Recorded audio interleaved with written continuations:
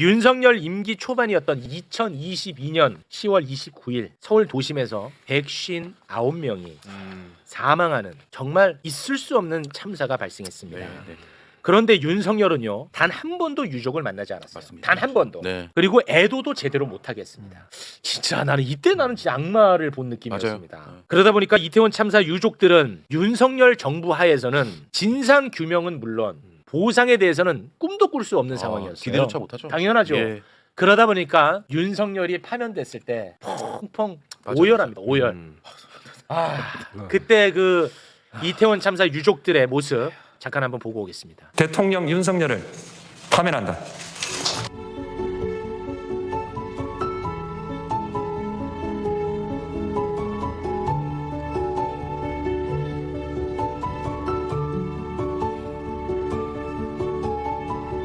그냥 윤석열 파면됐다는 그 사실 하나만으로도 저렇게 눈물을 흘리셨습니다. 그렇죠. 얼마나 힘들죠. 네, 그냥 파면됐다고 해갖고 해결되는 건 없어요. 그렇죠. 네. 근데 그 사실 하나만으로도 저렇게 눈물을 펑펑 흘리셨어요.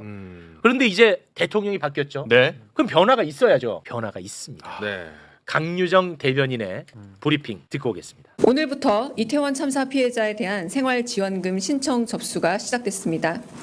이태원 참사가 발생한 지 무려 2년 7개월 만에 피해자 지원이 본격화된 셈입니다. 이재명 대통령은 신청 절차를 놓쳐 지원받지 못하는 경우가 없도록 지원 대상자에 대한 안내를 강화하라고 지시했습니다. 또한 이태원 참사 특별조사위원회의 진상규명 활동이 신속하고 철저하게 이루어지도록 하고 유가족과 피해자들의 의사를 충분히 반영할 수 있게 아낌없이 지원하라고 지시했습니다. 이재명 정부는 국가의 책임을 다하고 국민의 생명과 안전을 지키는 데 최선을 다하겠습니다. 2년 7개월. 바로 바뀌잖아. 와. 바로. 진짜 빠르게. 바로. 이렇게 한다고 보고 싶었던 얼굴이 돌아오는 것도 아닙니다. 그렇죠. 네, 네. 그러니까 이걸로 박수 친다는 것도 너무 속상해 나는. 진짜. 근데 바로 바뀌잖아요. 네.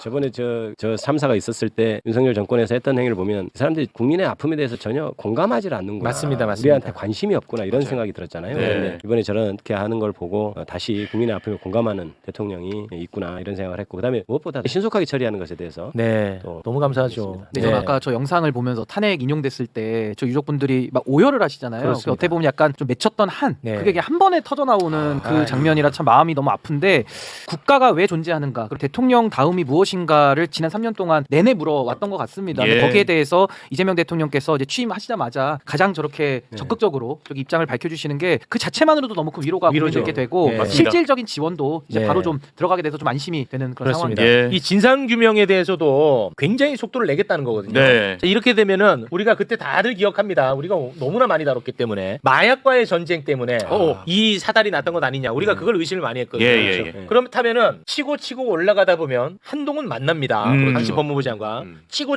올라가다 보면 윤석열 대통령 만납니다. 예. 그 점은 우리가 꼭 염두에 두고 있어야 됩니다. 요거 완벽하게 캐내야 돼. 맞습니다. 진짜. 예. 와. 그리고 저기 주무장관이 이상민이에요. 예, 이상민. 그 이후로도 계속 자리 지키고 윤석열이가 중앙부 이상민 후배. 등 두들겨 줬어요 그때. 그러니까요. 행안부 장관이 예. 재난안전의 총괄 컨트롤 타워기 때문에 예. 이상민 장관도 저는 뭐 거기서 벗어날 수 없을 것이다. 저 그렇게 봅니다. 네.